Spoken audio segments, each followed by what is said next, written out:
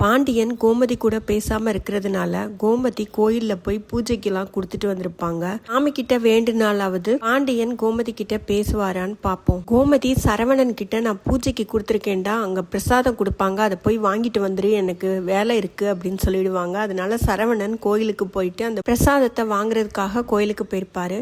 அங்கதான் அஞ்சலிய பாப்பாரு. ரெண்டு பேரும் மாறி மாறி ஒருத்தருக்கு ஒருத்தர் நலம் விசாரிப்பாங்க. அஞ்சலி தான் சரவணனோட பழைய காதலி. அஞ்சலி சரவணன் கிட்ட ஏன் உன்னோட கல்யாணத்துக்கு என்ன கூப்பிடல, கல்யாண வாழ்க்கையெல்லாம் எப்படி போகுதுன்னு கேட்பாங்க. சரவணன் என்ன பதில் சொல்ல முடியும்? தங்க மயிலுன்னு சொல்லிட்டு ஒரு தகர மயிலை எனக்கு கெட்டி வச்சுட்டாங்க, நான் சொல்ல முடியும்? ஒண்ணுமே பதில் சொல்ல மாட்டாரு. சரவணன் அஞ்சலி கிட்ட நீ எப்படி இருக்க, உன்னோட கல்யாண வாழ்க்கையெல்லாம் எப்படி போகுதுன்னு கேட்பாரு. அஞ்சலி என்னோட கல்யாண வாழ்க்கைய பத்தி சொல்றதுக்கு எதுவுமே இல்ல சரவணா, எல்லாமே முடிஞ்சு போச்சு, நான் பிரிஞ்சுதான் வாழ்றேன், எங்க அம்மா வீட்டுல தான் இருக்கேன் அப்படின்னு சொல்லுவாங்க. கிட்டத்தட்ட சரவணனோட வாழ்க்கையும் அஞ்சலியோட வாழ்க்கையும் ஒரே மாதிரி தாங்க. அஞ்சலி சரவணனோட போன் நம்பரை கேட்டு வாங்கி வச்சுக்குவாங்க.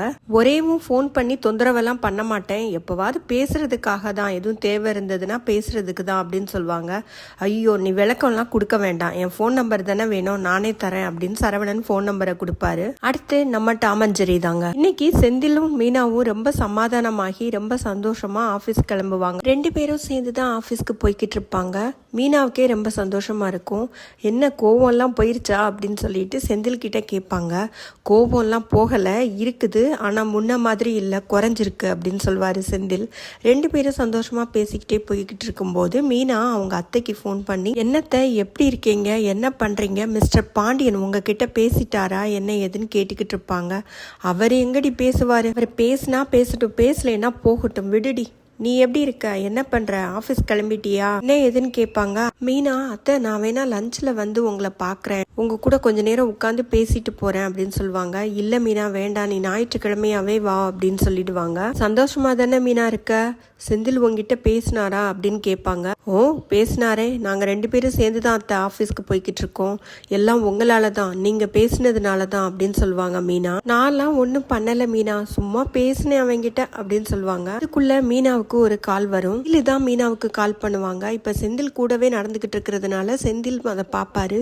இவங்க எதுக்கு உனக்கு கால் பண்றாங்க, அப்ப இன்னும் அவங்க கூட தொடர்புல தான் இருக்கியா, அம்மா தான் எல்லாரையும் பிளாக் பண்ணி வைக்க சொன்னாங்கல்ல, நீ மட்டும் அவங்க நம்பரை ஏன் பிளாக் பண்ணாம வச்சிருக்க, உனக்கும் அவங்களுக்கும் என்ன ரகசியம், நீ ரொம்ப நல்லவளா இருக்கலாம், ஆனா நீ நல்லவளா இருக்கிறதுக்காக என் குடும்பத்தை பலிகட ஆக்காத, போன வாரம் தானே அந்த குடும்பத்துல எவ்வளவு பெரிய பிரச்சனை பண்ணாங்க, எல்லாம் உனக்கு தெரிஞ்சும் இப்பயும் போன் பண்றியா, இன்னொரு தடவை அந்த குடும்பத்தினால ஏதாவது பிரச்சனை வந்ததுன்னா அவ்வளவுதான் சொல்லிட்டேன் அப்படின்னு சொல்லிட்டு செந்தில் வேகமா முன்னாடி நடந்து போயிடுவாரு.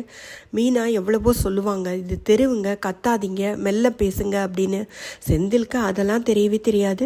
செந்தில் கொஞ்சம் முன்னாடி நடந்து போனதும் மீனாவுக்கு மறுபடியும் மயிலு கால் பண்ணுவாங்க. மீனா ரொம்ப கோவம் வந்து அதை சுவிட்ச் ஆஃப் பண்ணிட்டு நடக்க ஆரம்பிச்சிருவாங்க. மறுபடியும் ரெண்டு பேருக்கும் சண்டை ஆயிடும். டாம் அண்ட் ஜெர்ரி சேர்ந்தே வாழ்ந்தாலும் சண்டையோட தான் வாழும். அடுத்து நம்ம ரோமியோ ஜூலியட் தாங்க. கதிரும் ராஜியும் ரெண்டு பேரும் ரொம்பவே ஜாலியா என்ஜாய் பண்ணுவாங்க. இன்னைக்கும் கோச்சிங் கிளாஸ் போயிட்டு கதிர் கிட்ட நீ இங்கே இருக்கியா இல்ல ரூமுக்கு போறியா அப்படின்னு சொல்லிட்டு கேட்பாங்க. நீ என்ன சொல்றியோ அப்படியே செய்யறேன் ராஜி, ராஜி நீ இங்கேயே இரு, நான் உள்ள கிளாஸ்க்கு போயிட்டு வரேன் அப்படின்னு சொன்னதும், நான் இன்னைக்கு மட்டும் இல்ல ராஜி, எப்பவுமே உன் கூட துணையா வாழ்க்கை ஃபுல்லா இருப்பேன் அப்படின்னு கதிர் பேசுவாரு. ரெண்டு பேருமே லைஃபை ரொம்ப நல்லா என்ஜாய் பண்ணுவாங்க. ராஜி கிளாஸ்க்கு போனதுக்கு அப்புறமா கதிர் வெளியில உட்காந்துருப்பாரு. அப்ப அவங்க அம்மா கோமதி கதிருக்கு கால் பண்ணுவாங்க. என்னடா எப்படி இருக்க, என்ன பண்றேன்னு கேட்பாங்க. என்ன பண்றான்னு கேட்பாங்க. அம்மா ராஜி கிளாஸ்ல உள்ள இருக்காமா, நான் வெளியில இருக்கிறேன், ராஜிக்காக வெயிட் பண்ணிக்கிட்டு இருக்கேன்மா, நீ எப்படிமா இருக்க, அப்பா பேசினாரா என்ன ஏதுன்னு கேட்பாங்க. அவரெல்லாம் பேச மாட்டாருடா, நீங்க ரெண்டு பேரும் சந்தோஷமா இருங்கடா, ராஜி பாவம்டா, அவளை ரொம்ப நல்லா வச்சுக்கோ, ரெண்டு பேருக்கும் பிடிக்காம கல்யாணம் பண்ணி வச்சது நான் தானே அப்படின்னு சொல்லிட்டு அவங்க அம்மா கதிர்கிட்ட பேசுவாங்க. கதிர் என்ன சொல்வாருன்னா, எனக்கு பிடிச்சதோ பிடிக்கலையோமா, நீங்க செஞ்சு வச்ச கல்யாணத்தினால தான் இன்னைக்கு நாங்க ரெண்டு பேரும் ரொம்ப சந்தோஷமா இருக்கோம், நீங்க செஞ்சதுதாம்மா சரி, நீங்க எடுத்த முடிவு தான் சரியானது, உங்க அன்னை வீட பொறுத்த வரைக்குமே நம்ம வீடை பொறுத்த வரைக்குமே எல்லாத்துக்கும் சேர்த்து நீங்க எடுத்த இந்த முடிவு தாம்மா சரியானது, உங்களால தாம்மா நாங்க இன்னைக்கு சந்தோஷமா இருக்கோம், எனக்கு இவ்வளவு பெரிய வாழ்க்கையை கொடுத்த, சந்தோஷமான வாழ்க்கையை கொடுத்த உங்களுக்காக நான் என்ன வேணாலும் பண்ணுவேம்மா, சொல்லுமா உங்களுக்கு என்ன வேணும்னு கேளுங்க அப்படின்னு சொல்லிட்டு சொல்லுவாரு. எனக்கெல்லாம் எதுவும் வேண்டாம் கதிரு, உங்க அப்பா மாதிரி நீயும் அவ கூட பேசாம இருந்துடாதடா, அவ கூட பேசு, நல்லா சந்தோஷமா இருங்க, அது போதும், இன்னைக்கு கிளம்பிடுவீங்கல்ல அப்படின்னு சொல்லிட்டு கேட்பாங்க.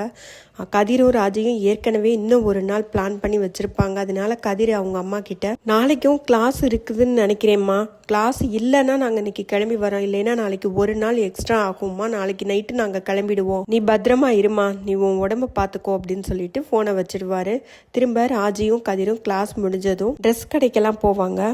ராஜி எதுக்கு இங்கே வந்திருக்கோம் அப்படின்னு கேட்டதும், துணி கடைக்கு வந்துட்டு எதுக்கு வந்திருக்கோன்னு கேட்குற, ட்ரெஸ் எடுக்க தான், எடு அப்படின்னு சொல்லிட்டு ராஜியை எடுக்க சொல்வார். ராஜி ஒரு நிமிஷம் கதிரை தனியாக கூப்பிட்டு, ஏற்கனவே கோச்சிங்க்கு வேற 1,00,000 ரூபாய் கட்ட சொல்லியிருக்காங்க, எதுக்கு நிறைய செலவு, எனக்கு வேண்டாம் அப்படின்னு சொல்லுவாங்க.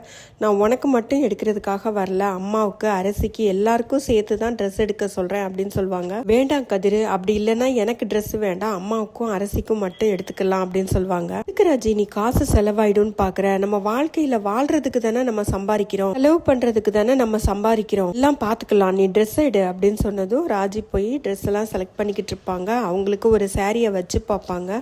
அந்த சாரி ராஜிக்கு ரொம்பவே அழகா இருக்கும். கதிரும், இந்த சாரி உனக்கு சூப்பரா இருக்கு ராஜி, இதையே எடுத்துக்கோ அப்படின்னு சொல்வாரு. இந்த கடையில இருந்தவங்களும் அந்த சாரி உங்களுக்கு ரொம்ப அழகா இருக்குன்னு சொல்லுவாங்க. அவ்வளவுதான், இன்னைக்கு எபிசோடு முடிஞ்சது.